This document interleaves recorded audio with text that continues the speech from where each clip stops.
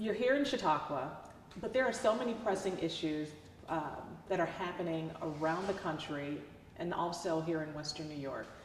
Police brutality, let's talk about that. It's real. Yeah. Well, you know, some people still don't believe it's real. And I think in some ways, in part because of social media and how people even digest their news, we can have alternate Americas where some of us live in one stream where we hear the stories, we see them, or we've even experienced it ourselves. And so police brutality, for some of us, is not a new story, but is a real present reality. But there are other sectors of America where people are still debating over whether or not it even happens. And so even in spite of all of this media coverage, there are huge swaths of Americans who see that and literally think that's fake news, it's not real. This man, this woman, this child must have done something to deserve it. And so a huge part of what I try to do is still unpack these stories of injustice so people see sometimes it's just everyday people who deserved no physical contact whatsoever who end up experiencing horrendous brutality that not only affects them physically, but affects them emotionally. And police brutality is a painful thing. And so how do we change the culture? How do we change that perception for some that believe it's not real, the person deserved it? How do we change? Well, some of it is just telling real human stories. Like, it can't be just a tweet or a Facebook post. Like, even with what local media is able to do to tell the human side of what it's like to experience it, to humanize victims of any type of injustice goes really far.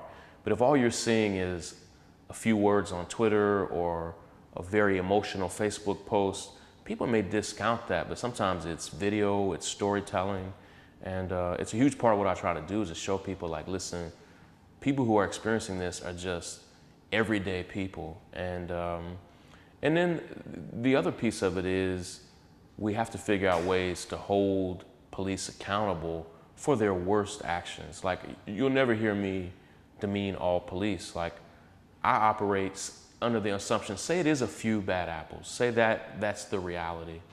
We have to at least hold the few bad apples accountable. And in the United States, in New York, even here in Western New York, often the bad apples even get away with it and are rarely held accountable. And so when I hear people say, hey, it's just a few bad apples, even if that's the truth, I think it's a little more than that, but even if that was just how we characterize it, let's hold them accountable, and because those few bad apples can spoil the bunch, if you will. Right now, we're hearing from Governor Cuomo that New York is ready to spend about $7.3 million to educate prisoners while they are behind bars. And we did a poll yesterday, and the majority said, no, shouldn't happen. Right. Should it? Well, again, I think how people understand the consequences of those men and women not getting the education is an important way to tell the story. Like, if you ask those same people, how important is it for you for when prisoners are released, for them to be put on a track where they don't go back to a life of crime? All of a sudden, the numbers would skew significantly higher.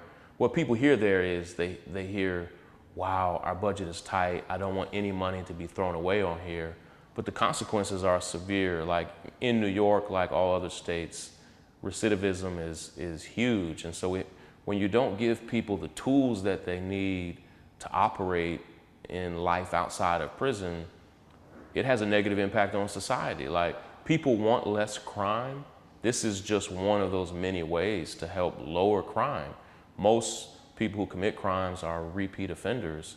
And when I heard $7.3 million, my thought was the exact opposite. I was like, wow, we need way more money than that. It's not a lot of money. And when we talk about the number of people in prison in this state, it's just a small investment to help make sure people have the tools they need. And I know your time is tight. Let me just ask one more question regarding racism. We know about racism in America, but then we have cities like Buffalo. I don't know how much you've studied up on Buffalo. Segregated in so many ways. Yep. Segregated, it Sure. just is. Neighborhoods. An African-American mayor who is running for another term, but now you're starting to hear from people in his neighborhood say, maybe it's time for a change. What's the perception? Do you think people get caught up in he looks like me so he can represent me, but then is that person truly representing the people? Well, at the end of the day, you know, and this is not just about Buffalo's mayor, but at the end of the day, you still have to have quality leadership. And I believe in representation. It is important for people who understand your lived experiences, who understand what happens in communities because they've experienced it and have relationships there. We need people who look like all of America in all forms of government, but they still have to be quality leaders. They still have to be capable and competent. Leadership is difficult, and so sometimes when we elect leaders based on ideas, we then elect them and then find out, you know, the person may not have the capacity that we thought they would. But so representation matters, but the quality has to be there as well.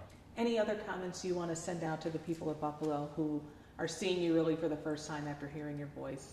Well, I actually love Buffalo. I have so many of my friends who went to Morehouse who are from Buffalo, and I lived in Atlanta for most of my adult life, and so there's a huge community of people I know who always are coming back and forth from Atlanta to Buffalo. So I actually spent a few weeks in and around Buffalo earlier this summer, so it was cool. So hope to come back through.